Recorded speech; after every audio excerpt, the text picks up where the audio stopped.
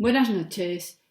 Vamos a empezar a preparar el comentario de la fotocopia número 12, abajo, discurso del método René Descartes. El título es El racionalismo. Ya tenéis los apuntes en Classroom.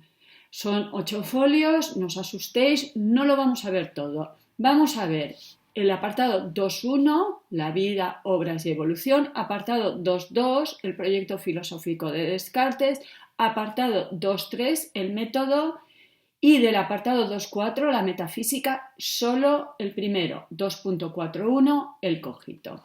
Empezamos con René Descartes.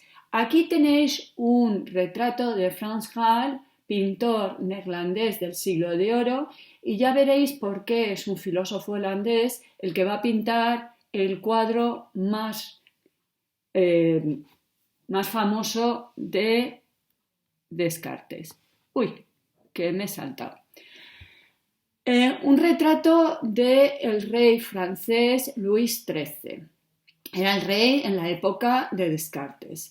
Si habéis visto la serie, me parece que debe haber varias, o en las películas también debe haber varias, o incluso si habéis leído la novela de los Tres Mosqueteros, sabéis que este rey estaba casado con una española, hija de un rey, obviamente, los reyes se casaban con hijas de reyes, que tenía de amante al duque de Buckingham. Le había regalado unas joyas y los tres mosqueteros, que ya sabéis que no son tres, son cuatro, tenían que rescatar esas joyas para que el rey de Francia no supiera que le estaba siendo infiel.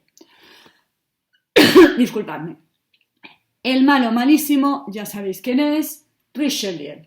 Vale, ya sabéis que Dumas mezcla personajes reales como el rey de Francia y Richelieu con personajes ficticios como los Tres Mosqueteros.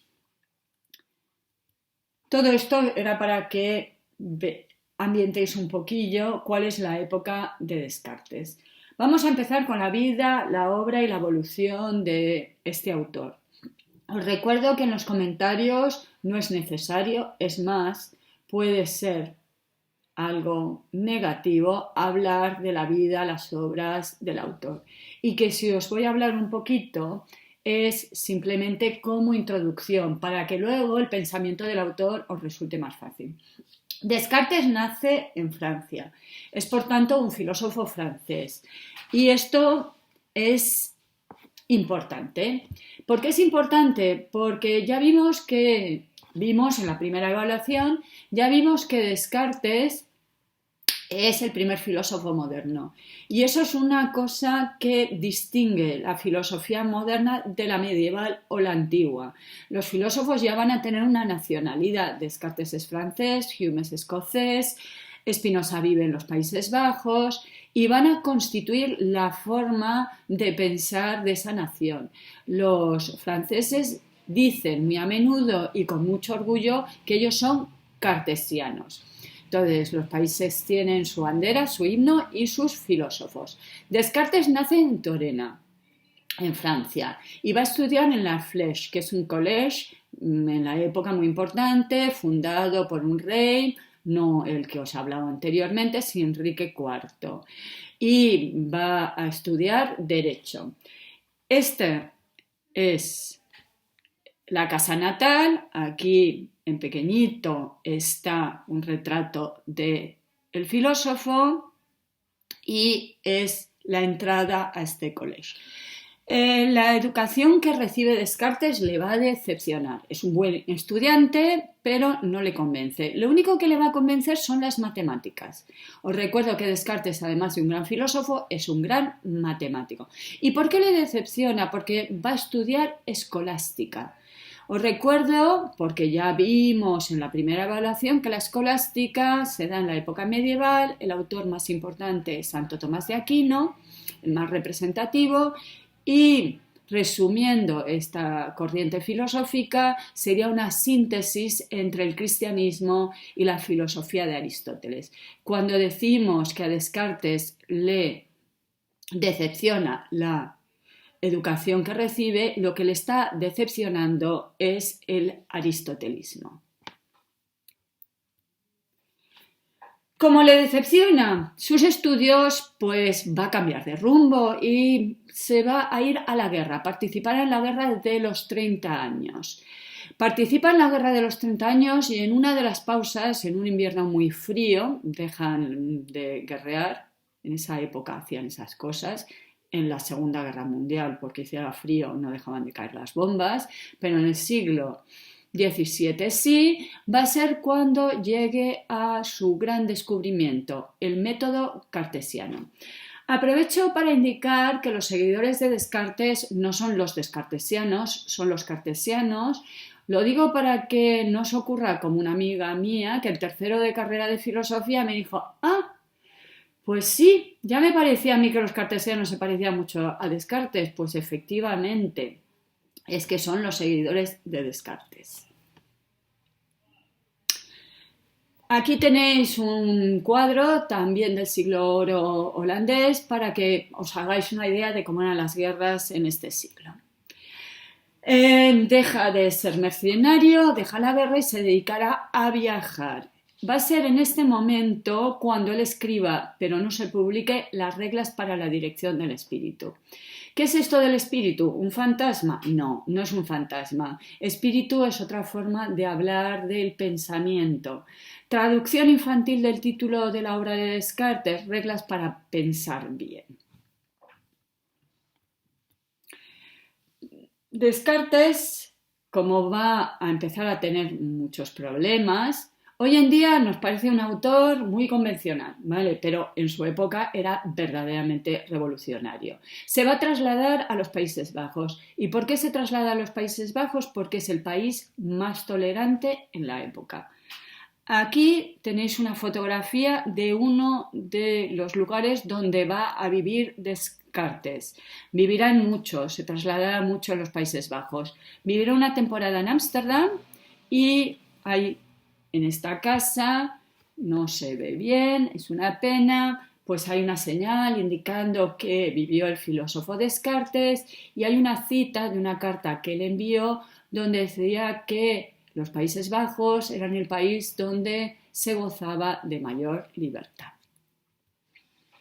Qué pena, no se ven. Bien, Descartes va a escribir su Tratado del Mundo, pero en esa época Galileo, y esto es una pista, Galileo y Descartes son contemporáneos, pues va a ser llevado a juicio, ya hablamos, el famoso juicio de Galileo donde él se retractará y temiendo que va a tener problemas con la Inquisición, no se atreverá a publicar, pero sí que publicará el discurso del método. Y os recuerdo que vuestro comentario justamente es un fragmento del discurso del método.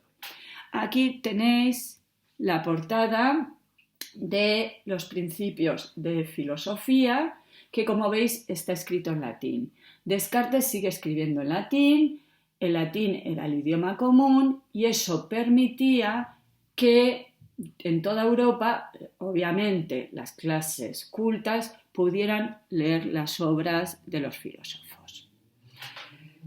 Como hay muchísima polémica, hay aquellos que les parece horrible, bueno, escandaloso lo que dice Descartes, sobre todo de las universidades, que ya he comentado que eran aristotélicas, pero también están los seguidores de Descartes que le defienden a ultranza y que le malinterpretan.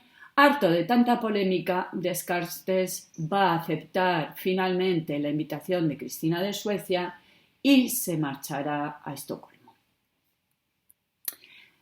Un retrato de Cristina de Suecia, que era no reina de Suecia, sino rey de Suecia. Fue el truco que inventó su padre para que pudiera reinar en una época donde las mujeres no podían reinar. Y este es un retrato de Cristina de Suecia que se encuentra en el Museo del Prado. ¿Y por qué tenemos en el Museo del Prado un retrato de Cristina de Suecia? Tenemos un retrato de Cristina de Suecia porque esta señora va a ser muy importante para los católicos, porque va a renunciar a la corona por justamente ser católica, y será para los católicos una muestra de que ellos tienen la verdadera fe. Aquí veis un retrato del siglo XVIII, es decir, posterior, donde encontráis en un lado a Cristina de Suecia y en el otro a René Descartes. Como Cristina de Suecia era rey, no era reina, se la educó como si fuera un hombre. Así que antes de que Descartes llegara a Estocolmo, se había carteado muchísimo con los filósofos de la época. Los franceses opinan que Cristina de Suecia mató a su gran filósofo. ¿Por qué? Porque Descartes, acostumbrado a levantarse muy tarde, se vio obligado a levantarse muy pronto porque Cristina de Suecia le gustaba hablar con él a las 5 de la mañana porque ella empezaba a trabajar a las 6 y quería tener una charlita y le hacía en esos climas horrorosos del norte de Europa ir a su palacio. Así que el pobre murió de una neumonía. Bien, la evolución del autor. Prácticamente no tiene evolución, no es como Platón. Si os acordáis, Platón es un autor que en la primera época es socrático, recoge el pensamiento de Sócrates, luego hace una teoría y luego critica su propia teoría y va viendo los fallos. Descartes, en el fondo, lo que va a hacer es ir profundizando, así que no tiene grandes rupturas. Bien, por el momento lo dejamos aquí en el proyecto filosófico de Descartes. Mañana seguimos en este punto.